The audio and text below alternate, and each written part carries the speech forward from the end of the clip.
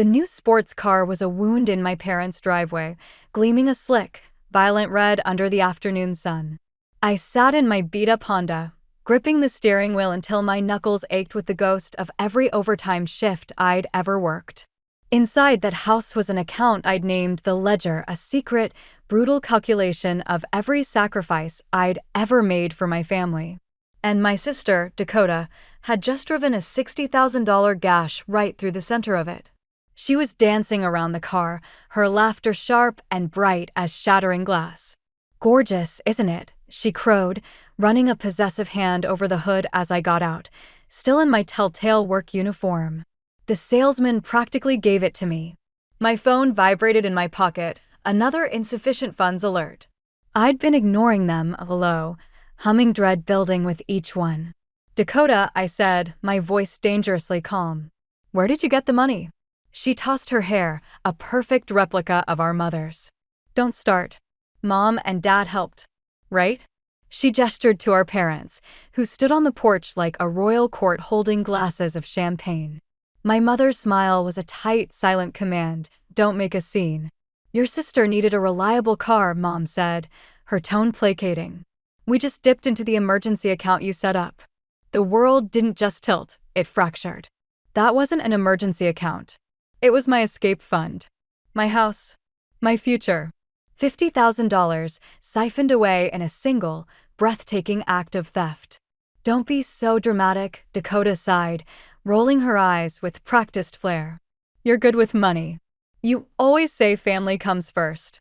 "Family comes first," I repeated, the words ash in my mouth. I pulled out my phone and thrust the screen toward her. "You left me $127.43. You didn't ask. You didn't even tell me." My father cleared his throat, the sound of a man used to being a bystander in his own life. "Angelina, Dakota has a job interview. She needs to make a good impression." "An interview," I laughed, the sound hollow and broken. "After the 3 jobs she quit this year? Or the degree she never finished?" On cue, Dakota's face crumpled. "Mom, she's being so mean." "Angelina, please." My mother moved to envelop Dakota in a protective hug. "You know how fragile she is. You've always been the strong one." The strong one, the lie I had lived my entire life. The one who held everything together while everyone else fell gracefully apart. I looked at them, the golden child, the enabling queen, the silent king, and something inside me, something that had been bending for 20 years, finally snapped. "You're right," I said, my voice now eerily steady. I pulled out my phone, my thumb hovering over the keypad. "I am strong." Mom's smile was victorious. "I knew you'd understand." Yes, I agreed, my gaze locking with my father's. "I'm also the one whose name is on the utility accounts. The one who's been paying your credit card bills for years. The one whose savings secured your entire line of credit." The color drained from his face. "What are you doing?" he asked, his glass frozen midway to his lips. I dialed the bank. "Hello," I said, my voice clear and cutting through the suburban stillness. "This is Angelina Price. Please close account number 847-390-2. Immediately." A pause. "Yes, I understand this will affect all linked accounts. That is the point." "Angelina, stop." My mother lunged for the phone, but I stepped away, a fortress of my own making. "You can't do this," she screamed. "I can. It's my money." I turned to Dakota, who was watching me with wide, confused eyes. "Enjoy the car, sis. I hope it was worth it." "You're just jealous," she shrieked after me as I walked back to my car. "Mom and Dad love me more. I actually live dash and you're just boring." I stopped, my hand on the car door, and looked back. "You know what's funny about karma, Dakota? It doesn't always wait. Sometimes it comes due right when you deserve it." "What does that mean?" she wailed. I smiled, a cold, clean feeling washing over me. "You'll find out in about 72 hours, give or take. When all the credit cards stop working." I glanced in the rearview mirror as I drove away. My father was frantically dialing his phone. My mother was clutching a sobbing Dakota. They were a perfect, tragic tableau. A family portrait I'd paid for, in every sense of the word. A few blocks away, I pulled over, my hands trembling not with panic, but with a terrifying, exhilarating sense of freedom. I made a call. Bruce? It's me. Remember how you said it was time I stopped enabling them? I took a shaky breath. I did something nuclear. He was silent for a beat. Want to get a drink and tell me about it? I looked back in the direction of the house, at the memory of that blood-red car. Yeah. And Bruce? Bring your laptop. I started the engine, the familiar rumble of my old car feeling like a promise.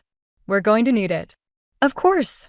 Here is the rewritten second part, focusing on deepening the emotional resonance and sharpening the psychological stakes. The bar was a sanctuary of low light and quiet clinks, a world away from the staged drama of my parents' driveway. Bruce slid his laptop across the polished wood, the screen illuminating a timeline of collapse. 3 days, he said, his voice calm and factual. That's the fuse. The account closure is immediate, but the shockwaves, they'll take about 72 hours to hit everything. I stared into my gin and tonic, the ice cubes melting into the bitter tonic. My phone, face up on the table, was a litany of their panic. 17 missed calls. A cascade of texts that ranged from pleading to poisonous. Bruce scrolled through them. Listen to this one. Angelina, please call back. It's urgent. Your sister is sick from crying. Sick from crying, I repeated flatly. A new low, even for her. Another text flashed from Mom. We raised you better than this. A hollow laugh escaped me. Did they? I took a long sip, the gin burning a clean path down my throat. You know what my better upbringing looked like? At 12, learning to forge Mom's signature on school forms because her headaches were too bad. At 15, hiding the final notices from the mail before Dad got home. They told me my first choice university was too expensive the same week they enrolled Dakota in private acting classes. I tapped the screen of Bruce's laptop. And now, they've liquidated my future for a convertible. Bruce's fingers flew across the keyboard, pulling up a different screen, a spreadsheet of my own financial history. It wasn't just the big hit, Angie. Look. He highlighted a pattern of transactions, a slow, constant bleed. $20 here for a gas top-up. $50 there for groceries. For years. The dim light couldn't hide the truth laid bare in columns and dates. They were nickel-and-diming my life away, I whispered, the realization a colder shock than the theft itself. And I was so busy being the strong one, I never even felt it. The phone vibrated, skittering on the table. Mom. Answer it, Bruce said, his gaze steady. It's time they heard your voice from the other side of the line you've drawn. I exhaled, a breath I felt I'd been holding for a decade, and hit accept. Angelina. Her voice was a frayed wire, buzzing with panic. The bank called us. They're freezing everything. Your father's cards are being declined at the gas station.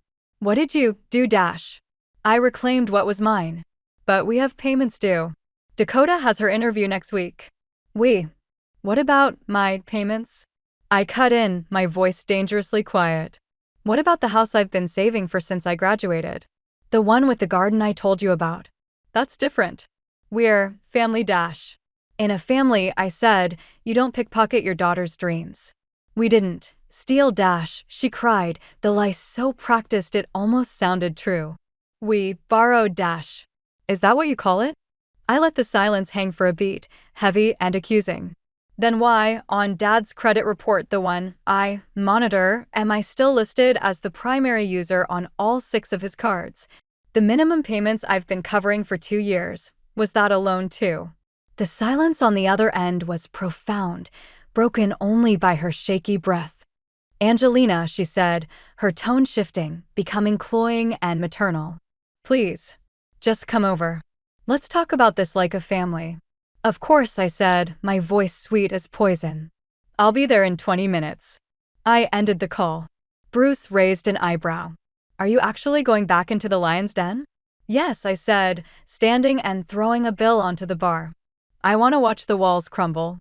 I want to see their faces when they realize the foundation was built on me, and I've just moved out. I grabbed my keys. Wanna drive? 20 minutes later, I walked back into the set of our family tragedy. The air was thick with the scent of spent perfume and desperation. Dakota was a dramatic heap on the sofa, her face a ruined painting. Dad was a caged animal, pacing by the window. The bank won't lift a finger, he barked, jabbing at his phone. They said by Friday, everything's gone. Something about the underlying collateral being revoked. That was my savings account, I said, settling into my father's favorite armchair as if it were a throne. The one you gave to Dakota for her midlife crisis at 24. This isn't funny. Dakota wailed, her voice raw. The dealership said they'll repossess it. Imagine the humiliation, I mused. It must feel a lot like having to tell your friends and your boss that the life you've built is a fiction, funded by someone you never thought would fight back. We never meant to hurt you, my mother pleaded, her hands fluttering uselessly. It's just, after your father took that early retirement package. The one I advised against because it was financial suicide for a man with no savings, I finished for her. My father's face flushed a deep, mortified crimson. Now you listen here, young lady, he began, the ghost of his old authority rattling in his voice. No, I stood, and the word was final. You listen. For years, I have been the architect of your stability and the keeper of your secrets. And your repayment was to hand the blueprint to my sister and let her build a monument to her own selfishness. But you're so good with money, Dakota sniffled, the ultimate, uncomprehending insult. You can just start over. Yes, I said, my gaze sweeping over all three of them, freezing them in place. I am very good with money, which is why I am cutting my losses. Effective immediately, I am divesting from this family. You can't do this to us. My mother lunged forward, her fingers digging into my arm. We're your parents' dash. I looked down at her hand, then slowly, deliberately, pried her fingers loose. Parents are supposed to be a safety net, not an anchor they've tied to their most responsible child. I walked to the door, the weight of their stares on my back. Check your mail tomorrow. The default notices should be arriving. Oh, and Dakota. I paused, my hand on the knob. I'd park that car somewhere discreet. Repo men are notoriously unsentimental about a pretty paint job. I closed the door on the sound of her fresh sobs. Outside, the night air was cool and clean. Bruce was waiting in the driver's seat, the engine purring softly. You okay? He asked, his eyes searching mine. As I slid into the passenger seat, I caught a final glimpse of my mother in the window. She was already back on the phone, her face a mask of frantic calculation, no doubt dialing the next potential enabler on her list. I looked at Bruce, the solid, unwavering reality of him. No, I answered, the truth a raw and liberating thing. But I will be. For the first time, the only mess I have to clean up is my own. Of course. Here is the rewritten third part, focusing on heightening the tension and sharpening the emotional turning point for Angelina. They're back. Bruce's voice was low from the window, a quiet warning. Your mom's in the passenger seat, looking like her world has ended. Dakota is buzzing every apartment, hoping someone will let her in. I didn't look up from my laptop, the screen filled with the cold, hard evidence of my family's betrayal. It's day 3. The financial contagion has reached critical mass. The neighbors are starting to complain. My phone lit up with a fresh text from Dakota. You're tearing this family apart. A dry voice cut through from the kitchen. From where I'm standing, they're doing a spectacular job of that on their own. It was Eliza, my friend and realtor, placing a strong cup of coffee beside me. The repo men paid Dakota a visit this morning. Thought you'd appreciate the documentary evidence. She held out her phone. Show me, I said, taking it. The video was a masterpiece of chaos. Dakota was shrieking, a raw, furious sound, as two men in workmanlike calm hooked her gleaming red sports car to their truck. My mother was a tragic figure, arms outstretched as if to shield the metal and leather as if it were a living thing. In the background, my father waved a sheaf of papers, his mouth moving in silent, frantic protest. Speaking of those papers, I said, pointing at the screen. I found the digital copies yesterday. They used my social security number. It's not just entitled borrowing anymore, Eliza. It's identity theft. Whoa, Eliza whistled, her professional cool slipping for a second. That upgrades this from a family drama to a federal case. This is serious, Angelina. The intercom buzzed, sharp and insistent. Dakota's voice, frayed and venomous, crackled through. "I know you're up there, Angelina. You can't hide from us forever." "Just ignore her," I muttered, the old habit of de-escalation rising instinctively. But Eliza was already marching to the intercom. "Listen, you entitled little grifter," she barked into the speaker, her voice pure steel. "Your personal ATM is permanently out of order. You should be spending this time updating your resume, not harassing your sister. Actually, scratch that, with the charges she's about to file, you'll need a good lawyer, too." Bruce choked on his coffee. "Damn, Eliza. Someone had to give her the unedited script," she said, turning back to me. "Speaking of which, did you file the police report?" "First thing tomorrow," I replied, my gaze fixed on the folder of evidence on my screen: forged signatures, loan applications, a decade of financial impersonation. They didn't just take my money. They stole my name. The intercom buzzed again, this time a continuous, angry drone, a symphony of my mother's pleading and Dakota's screaming layered over top. "That's it," Eliza said, snatching her purse. "I'm calling the police. This isn't a family meeting, it's a siege." "Wait." I stood up, a strange calm settling over me. The fear was gone, burned away by a cold, clear certainty. "I'll handle it. They need to see my face when I draw the final line." I rode the elevator down, my reflection in the polished door showing a woman I was only just beginning to recognize. The lobby doors hissed open. Dakota was right there, her face a twisted mask of fury, with my weeping mother just behind her. Dakota shoved against the door as I opened it. "Do you have any idea what you've done?" she screamed, spittle flying. "The bank is calling it fraud. Dad could go to jail." "That's the inevitable consequence of committing fraud," I said, my voice unnervingly steady. "We didn't commit anything," my mother cried, stepping forward. "We just used your name as a cosigner. You've always helped us before." "Helped." The word was a spark on a gas trail of memories. "Helped." The calm in my voice cracked, letting the raw years of resentment bleed through.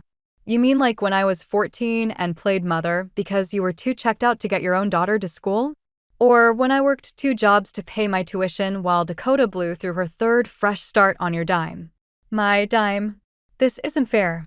Dakota wailed, the eternal refrain of the golden child. "You're just jealous that Mom and Dad love me more." "Jealous?" I asked, the word tasting like ash. "They can have you. They can keep their conditional love and their bottomless need.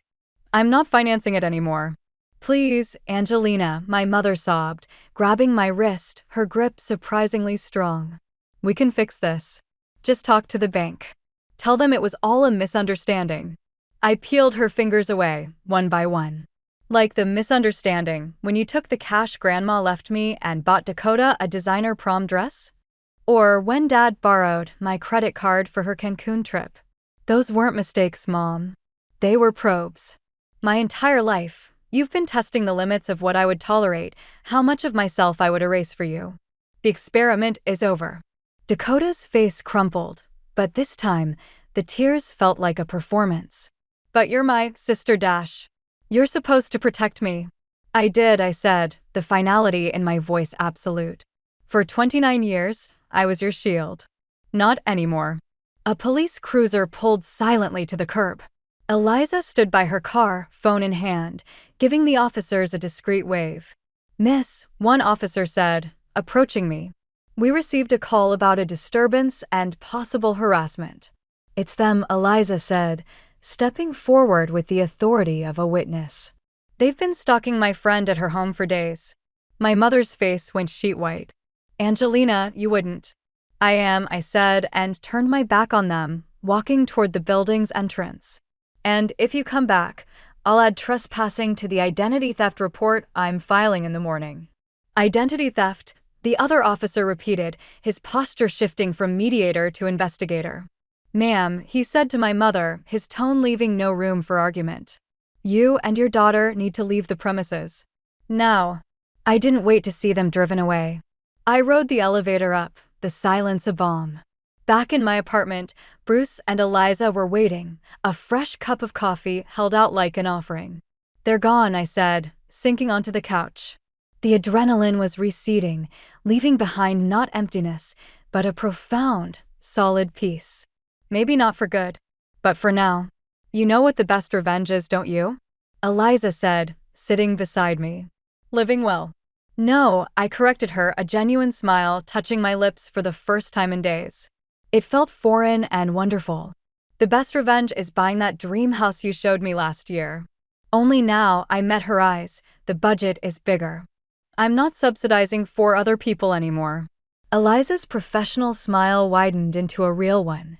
She pulled out her tablet. In that case, let me show you what living well really looks like. Show me everything, I said. Of course. Here is the rewritten 4th part, focusing on building a sense of escalating dread and a more visceral, gut-punch revelation for Angelina. The silence of my apartment was broken only by the frantic clicking of Bruce's keyboard. It was past midnight, and the kitchen table was a war room of empty coffee mugs and the cold remains of takeout. The blue glow of his laptop cast long shadows, illuminating a truth more monstrous than I had ever imagined. You need to see this, Bruce said, his voice tight. He'd been digging through the digital graveyard of my old accounts for hours. I found a ghost. He turned the screen toward me. It displayed a cascade of transactions, a slow, deliberate bleed from an account I hadn't thought about in years. The old joint account from college. The one you opened with your mom for emergencies. You never officially closed it. I forgot it existed, I admitted, a cold knot tightening in my stomach. They didn't. His finger traced a line of microtransfers. $50 here, $100 there. Every month. For years. They used it as a siphon, Angelina. A slow drip for of your money right into their veins. My phone lit up with a text from Dakota. Dad's having chest pains because of you. I hope you're happy.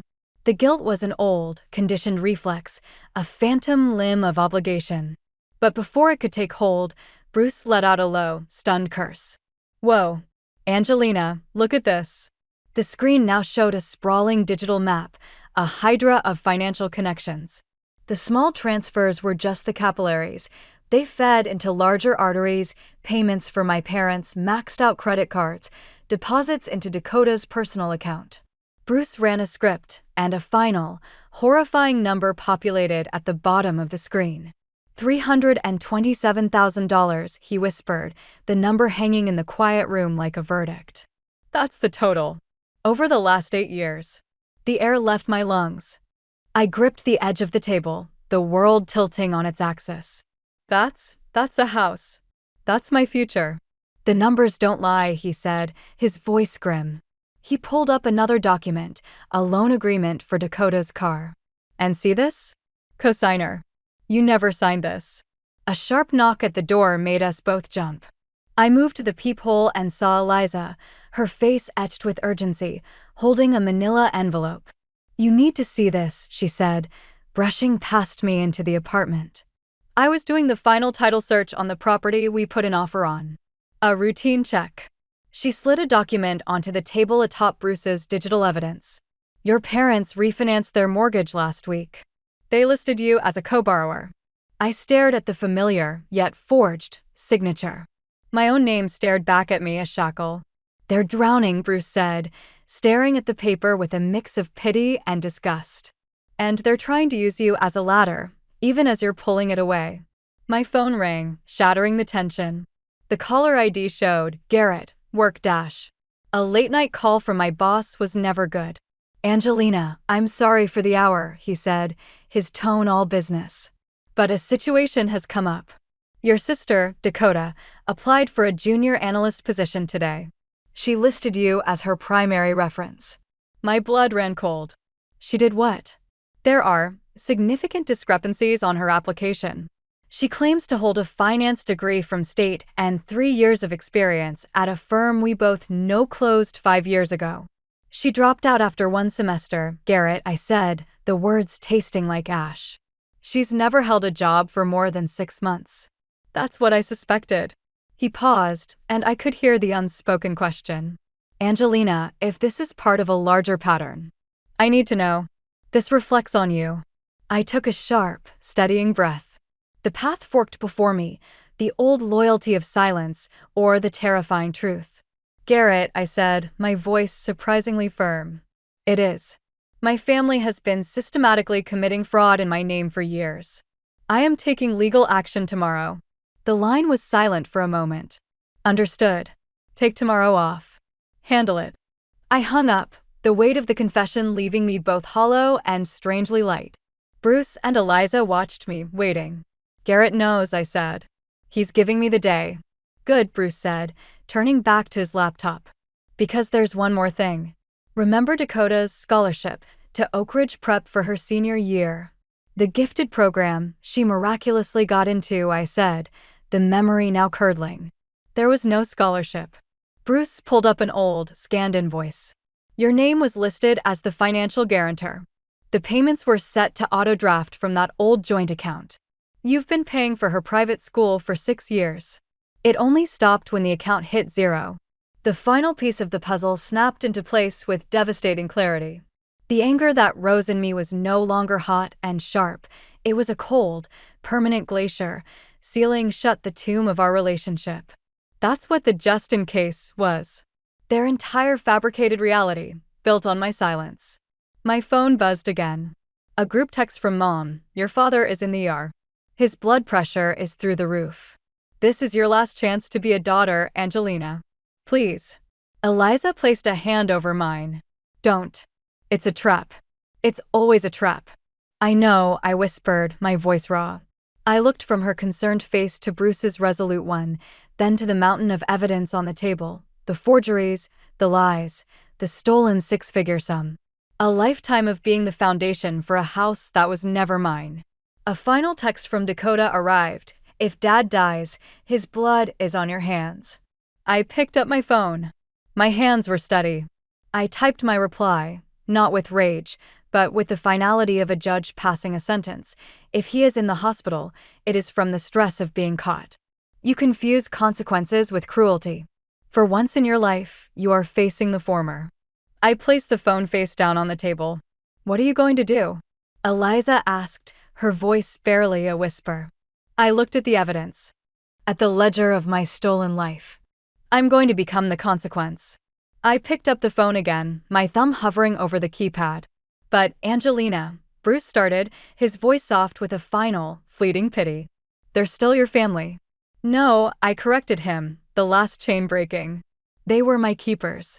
And I am their reckoning. I dialed the number, the digits for the non-emergency police line already pulled up on the screen. It's time they learned that karma doesn't just have a badge. It has a forensic accountant. Of course. Here is the rewritten 5th part, focusing on deepening the emotional and legal gravity of the situation and solidifying Angelina's transformation. The fluorescent lights of the precinct interview room hummed, bleaching all color from the world. It was a sterile, unforgiving environment, a stark contrast to the emotionally cluttered home I'd left behind. Detective Rivera, a woman with a calm demeanor and eyes that missed nothing, laid out my documents with methodical precision. Each page was a brick in the wall I was building between my past and my future. This is a substantial case, Miss Price, she finally said, her eyebrows lifting as she closed the last folder. And you were unaware of the full scope until last night? I was living in a house of mirrors, I replied, my voice steady as I handed her Bruce's master file. I only saw the reflections they wanted me to see. These are the forged loan applications. The signature is a convincing replica, but it is not mine. And you are prepared to state, for the record, that you believe your parents, Robert and Carol Price, and your sister, Dakota Price, are responsible for this, she asked, her pen poised. I am. The 2 words felt like the turn of a key, locking a door shut. My phone vibrated on the steel table.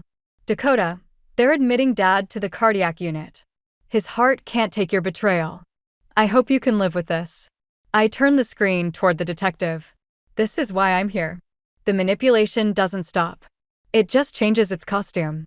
Detective Rivera nodded, a flicker of understanding in her gaze. It's a common pattern in these situations. The victim is gaslit into believing they are the perpetrator for enforcing a basic boundary. This is textbook financial and emotional abuse. The door opened and my boss, Garrett, entered, his expression grim. He carried a slim, legal-sized envelope. "Angelina, detective. I'm sorry to interrupt, but you need to see this." He laid out new documents beside mine. Dakota's fraudulent job application was just the tip of the iceberg. We found falsified pay stubs, a forged university diploma, and 3 more loan applications from different institutions, all using Angelina's identity. "She's been shopping my name around town," I said, the violation feeling fresh and deep. "Precisely," Garrett confirmed. "Several companies have already initiated internal audits. The scale is widening." Detective Rivera's pen began to fly across her notepad. "This elevates the case significantly. We're now looking at a systematic pattern of identity theft, forgery, and attempted fraud across multiple jurisdictions." As if on cue, my phone rang. "Mom," the detective gave a curt nod. "Answer it. Put it on speaker. Don't warn her." I pressed the button. "Hello, Mom." Her voice was a strained, theatrical whisper. "Angelina, you have to stop this. The bank is talking about criminal charges. They used the word prosecution. You need to come down here and fix this." "I can't fix what I didn't break, Mom." "But we're your family dash." The whisper broke into a sob. "After all the sacrifices we made for you." "What sacrifices?" I asked, the question hanging in the sterile air. "The sacrifice of my credit? My savings? My identity? Or was it the sacrifice of my childhood, playing parent because you were unavailable? We never meant to hurt you. We were just struggling. You've always been so capable." "Mrs. Price," Detective Rivera interjected, her voice cutting through the line with cool authority. "This is Detective Maria Rivera with the Financial Crimes Unit. I am advising you to terminate this call and contact a criminal defense attorney immediately." There was a sharp, choked gasp, followed by the dead tone of a disconnected call. "I believe they now understand the gravity," Rivera said, gathering the mountain of evidence. "We'll be drafting warrants for their arrest. Given the evidence, I expect a judge will sign off by this afternoon." Arrest? The word was a physical jolt.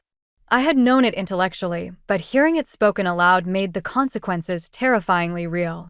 Garrett placed a steadying hand on my shoulder. "Angelina, this is what accountability looks like. They didn't make a mistake. They executed a plan." My phone buzzed again, not with a call, but a torrent of texts from Dakota. "What did you do?" "There are cops at the house." "I hate you." "I hope you rot." "You are dead to me." The final message was a photograph. 2 little girls with sun-bleached hair, sitting on a porch step. Me, my arm around a younger Dakota, pointing to something in her workbook. The caption, "Remember when you loved me?" I showed it to the detective, my throat tight. "Emotional warfare," she said, her tone devoid of judgment. "They plunder your life, and when you demand restitution, they indict you for a lack of love. It's their final weapon." She looked at me, her gaze direct. "Do you wish to pursue a restraining order? This harassment is part of the same pattern of abuse." The little girl in the photo smiled up at me. I saw the seeds of the woman she would become, the one who learned that tears and nostalgia were a currency I could be forced to accept. I looked back at the detective. "Yes," I said, the word final and clear. "I want the restraining order." Garrett squeezed my shoulder. "You're doing the right thing. It's the hardest thing, but it's right." "I know," I whispered, the ghost of that little girl finally settling. "It just hurts that the right thing feels like a demolition." Outside, the morning sun was bright and unforgiving. My phone vibrated one last time. A text from my father. "The police are at the door." My own daughter. "How could you?" I looked at the message at the profound, unseeing self-pity. There were no more words to explain. I typed a final, simple reply. "Accountability is a language you never taught me." I had to learn it on my own. Then, one by one, I blocked every number that had ever been a conduit for their demands. Garrett was waiting by his car. "Ready to go?" I took one last look at the police station, a fortress of cold, hard truth. Inside, warrants were being printed. The world I knew was ending. "Yes," I said, sliding into the passenger seat. "I'm ready." "Of course." Here is the rewritten 6th part, focusing on amplifying the courtroom drama and the final, resolute closure for Angelina. The headline was a stark, black and white slash across the morning paper. Eliza tossed onto my counter. Prominent local couple charged in systematic daughter identity theft ring. I pushed it away without reading. I don't want to know. You need to, Eliza insisted, flattening the page. Your mother gave a statement. She claims you're emotionally disturbed, that you've always had a fragile grasp on reality, and that this is a cry for help. The narcissist's prayer, Bruce commented, coming in with coffee. They didn't do it, but if they did, it wasn't that bad, and if it was, you deserved it for being so difficult. My phone rang. Unknown number. A familiar dread coiled in my stomach, then loosened. The fear was gone, replaced by a cold curiosity. Let's see, I said, putting it on speaker. Angelina? It's Aunt Linda. The voice was sharp with accusation. How could you? Your parents are shattered. Dakota's future is destroyed. The future she built on a foundation of my forged signature and stolen money, I replied, my voice level. That's the legacy they chose. Family helps family. That's the truth. I shuffled through a neat stack of folders on my new quartz countertop. Since we're talking about truth, Aunt Linda, I have some documents here. It seems your social security number was used to open a line of credit 2 years ago. Would you like to know the outstanding balance? The silence was profound, followed by a sharp click. Eliza let out a low, appreciative whistle. Direct hit. My phone chimed with an email from Detective Rivera. The subject line was, plea deal proposal.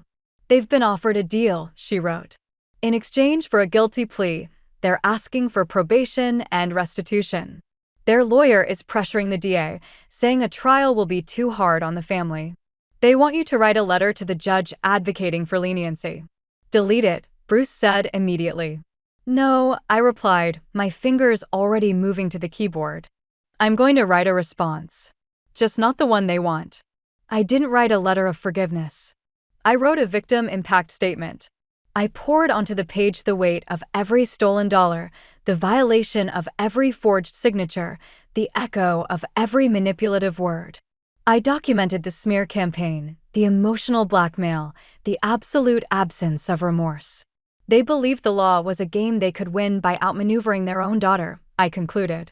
I trust the court will show them it is not a game. Sincerely, Angelina Price. That's brutal, Eliza murmured, reading over my shoulder. No, I said, my cursor hovering over the send button. Brutal was what they did in the shadows. This is just the light. I clicked send. The courtroom was hushed, smelling of old wood and antiseptic cleaner. My parents sat at the defendant's table, looking like faded photocopies of the people I'd known. Dakota sat directly behind them, her gaze a laser of pure hatred burning into the side of my face. All rise. The sound echoed in the tense space. Detective Rivera, sitting beside me, gave my hand a brief, firm squeeze. You ready? I nodded, my 3-page impact statement feeling like an anchor in my hands. The judge began the proceedings. The case of the state versus Robert and Carol Price. A commotion erupted at the door. My parents' lawyer hurried in, his face ashen, and bent to whisper frantically in their ears. My mother's hand flew to her mouth, her eyes wide with terror. My father simply deflated, his shoulders slumping in surrender. Your Honor, the lawyer announced, his voice strained. My clients wish to change their plea. Guilty. To all counts. A sharp animalistic cry came from Dakota. Mom. No. You can't. Silence, the judge commanded, his gavel cracking like a gunshot. You understand the consequences of this plea? You waive your right to a trial. We understand, my father said, the words barely audible. Very well, the judge said. Before sentencing, we will hear from the victim. Miss Price. I rose and walked to the podium. The papers in my hands trembled, not with fear, but with the release of a long-held breath. Your Honor, I began, my voice clear in the silent room. I could speak for an hour about the financial damage. The hundreds of thousands of dollars, the shattered credit, the debts I never incurred. But the true cost is immeasurable. I looked directly at my parents. It is growing up in a home where I love you was the password required to access my bank account. It is learning that my primary value was my utility. That's a lie. Dakota hissed. Remove that woman if she speaks again, the judge said coldly. I continued, my gaze unwavering. You taught me that family was about sacrifice. But it was never a shared sacrifice. It was a ritual where I was the offering, and you were the beneficiaries. Angelina, baby, please, my mother wept, reaching a hand toward me. We can be a family again. We can fix this. I met her tear-filled eyes, and for the first time, I felt nothing. No anger, no pity, no love. Just a vast, empty space where they used to be. No, Mom. We can't. You're not sorry for what you did. You're only sorry you were caught. The judge cleared his throat. Taking into account the guilty plea, the severity and duration of the crimes, and the profound impact on the victim, I hereby sentence you both to 5 years in a state correctional facility. You are eligible for parole after serving 1/3 of your sentence. You are also ordered to pay full restitution to your daughter. Dakota screamed, a raw, guttural sound of utter defeat. This is your fault. Angelina, I hate you. The judge turned his stern gaze to her. Your separate trial for your role in this conspiracy begins next week, Miss Price. I suggest you direct your energy toward your own defense. Outside, the sunlight was blinding. A scrum of reporters surged forward, microphones thrust toward me like weapons. Bruce and Eliza moved in close, forming a protective wall. Miss Price, how does it feel to have sent your own parents to prison? I stopped and looked at the reporter. I didn't send them to prison. Their choices did. I just stopped lying for them. Angelina. My mother's wail cut through the noise as 2 officers guided her toward a waiting transport van. Everything we did was for our girls. No, Mom, I said, my voice calm and carrying. You did it, too, your girls.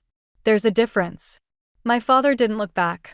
Dakota, wild-eyed, broke from her lawyer and lunged toward me, but was quickly restrained.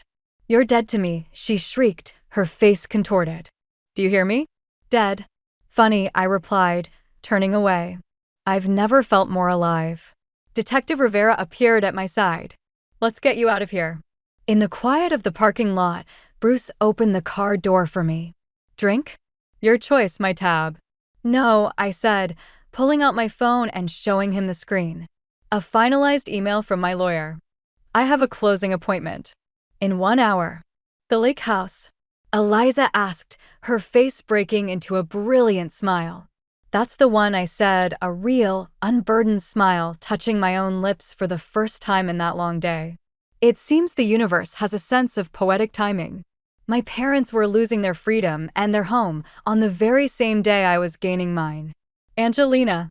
It was Dakota again, her voice ragged. She had broken free once more and stood at the edge of the lot, isolated and hysterical. You can't do this. Where are they supposed to go when they get out? I paused, my hand on the car door. Not my problem, I said, pulling out my phone with a deliberate calm. I hear Walmart is hiring. Maybe they should try getting a job. As we drove away, I glanced in the side mirror. The scene shrank behind me, the officers securing my parents in the van and Dakota, alone on the courthouse steps, a small, furious figure screaming into a void of her own creation. You okay? Bruce asked, his voice soft. I looked from him to Eliza, then out at the road ahead, leading away from the courthouse, from my past, from them. You know what? I said, the last knot of tension in my chest finally unspooling. I'm genuinely good. He smiled. Because it's over. No, I said, feeling the truth of it settle deep in my bones. Because it's just beginning. Let's go home. Of course. Here is the rewritten 7th part, designed to provide a resonant and satisfying conclusion that emphasizes Angelina's hard-won peace and new beginning. Bruce set the final cardboard box down on the kitchen island with a soft thud. A small cloud of dust motes, disturbed from their journey, danced in the wide bars of afternoon sunlight streaming through the panoramic windows. That's the last of it, he announced, wiping his brow. The air in the new house was different. It smelled of fresh paint and possibility. I ran my hand over the cool, smooth granite, feeling the unyielding solidity of it. There were no ghosts here. No memories lurking in the corners. Every inch of this space was mine, chosen and paid for by me. And, This dash, Eliza declared, sweeping in with a bottle of premium champagne, is non-negotiable. A housewarming for one. Or, she added with a grin, popping the cork with a celebratory pop-4-3. The rich aroma of yeast and celebration filled the air. As she poured 3 glasses, my phone, lying face up on the counter, buzzed once. A news alert slid across the screen. Dakota Price accepts plea deal, sentenced to 3 years in state correctional facility. The words sat there, stark and final. Eliza's eyes flicked to the screen, then to me. Without a word, she picked up the phone, pressed the power button until the screen went black, and slid it into a drawer. "Not tonight," she said, her voice firm but kind. "That chapter is closed." She handed me a flute, the bubbles rising in a frantic, joyful rush to the surface, is the first page of the next one. I took the glass. "Yeah," I said, my gaze sweeping over the open-plan living room, the stacked boxes filled with a life I was finally building for myself and the 2 friends who had become my true family. "It is." The phone in the drawer buzzed again, a muffled, impotent sound. Another alert, another echo from a world that was rapidly receding. I felt nothing but a distant, quiet acknowledgement, like hearing a rumor about a stranger. I lifted my glass. The champagne was crisp and bright on my tongue. There were no more debts to pay that weren't my own. No more lies to keep afloat. No more family secrets poisoning the well. The silence in the room was no longer heavy with things unsaid. It was peaceful, filled only with the quiet hum of a refrigerator that belonged to me, in a house that was my sanctuary. The future was no longer a thing to be managed for others, a precarious tightrope walk over the chasm of my family's needs. It was a wide-open plain, stretching out under a clear sky, and for the first time, I was free to walk in any direction I chose. Bruce clinked his glass against mine. "To Angelina." "To Angelina," Eliza echoed. I smiled, a real, easy, unburdened smile. "To new foundations."